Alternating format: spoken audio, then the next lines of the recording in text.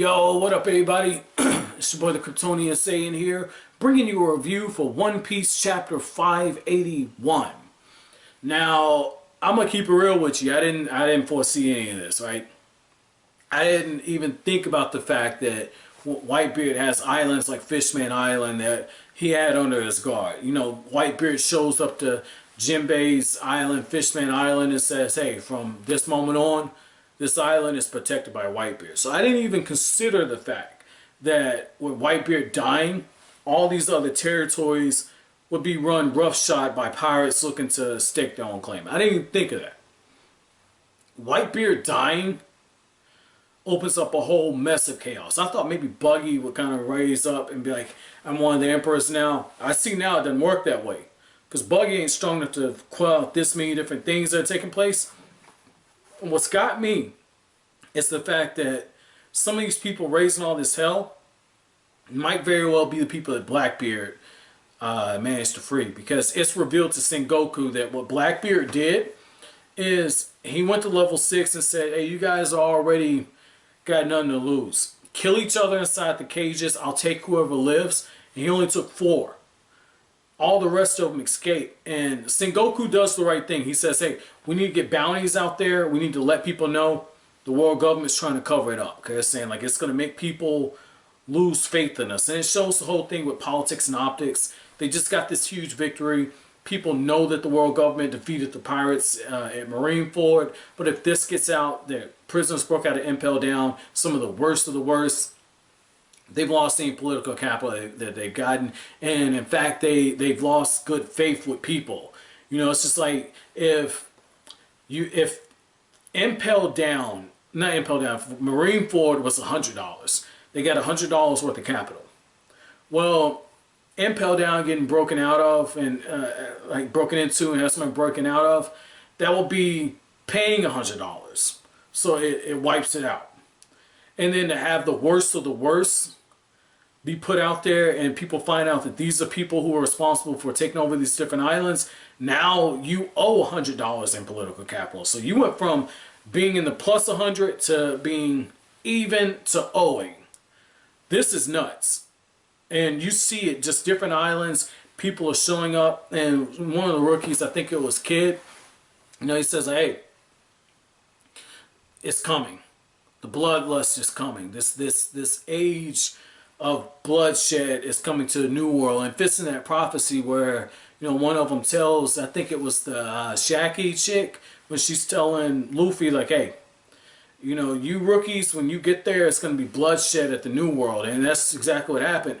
Marineford, bloodshed at the steps to the New World, and now in the New World, Whitebeard dying, people are dying, islands, nations are being taken over.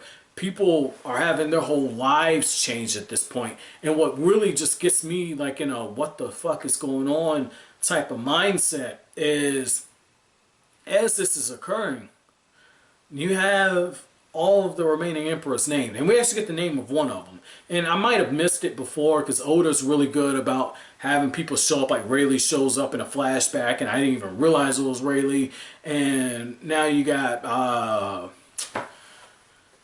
shit, it's Shanks, obviously it's Shanks, it's Kaido, and it's Big Mom. Those are the remaining 3 emperors.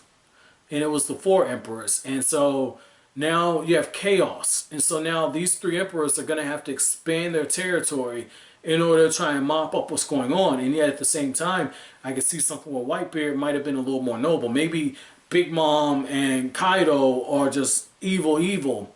And Shanks, you know, Shanks seems like a stand-up dude. Whitebeard was a stand-up dude. I mean, you just don't know the motivations for these guys. And so now instability on the other side of the Grand Line is going on. The Navy's been changed. You have an upstart like Kobe who stands up against one of the admirals. You have Sengoku for a moment doubting the world government. The fallout of this war is huge. It is absolutely huge. And the best way to kind of describe this is if you go back into Japanese history, this would be a lot like when I think it was Japan that pulled out the World of Nations, and you had the fallout after the World War.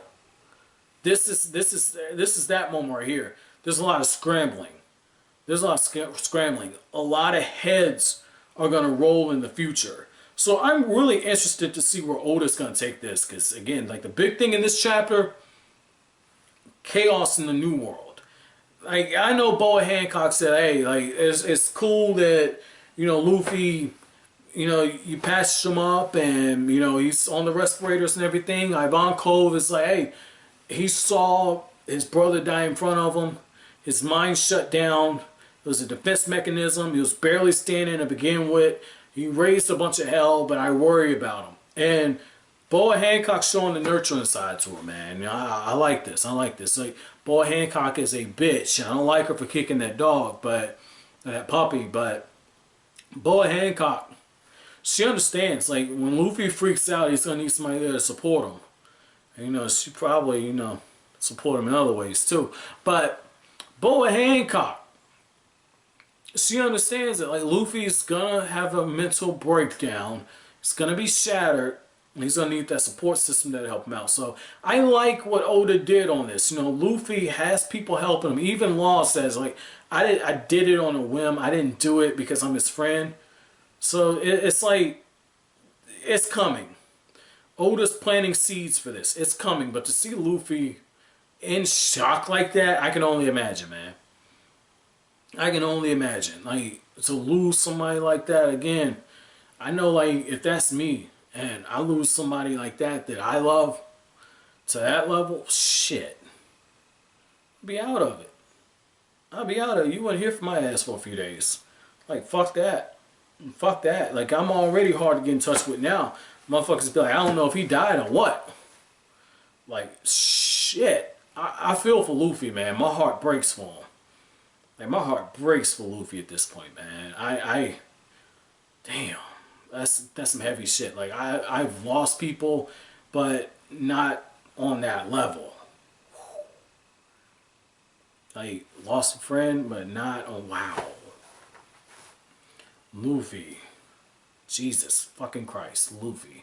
So my chapter question to you guys is, what resonated with you the most? I think for me, it'd probably be the fact, I had two moments actually.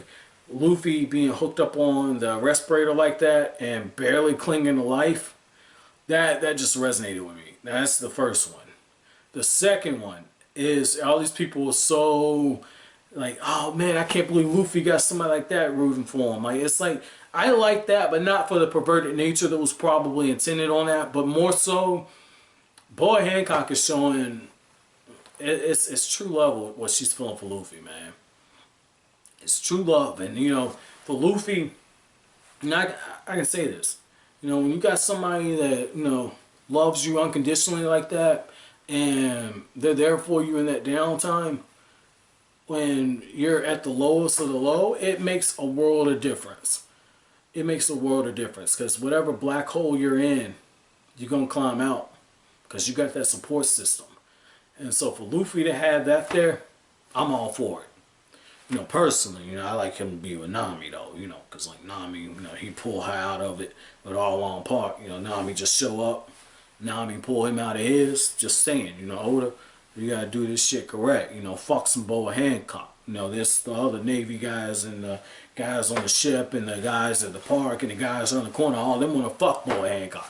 Fuck Boa Hancock. You gotta give me some Luffy Nami action. But, as always, guys, if you like anything I had to say, don't forget to comment, rate, subscribe, share. Have an awesome day, guys.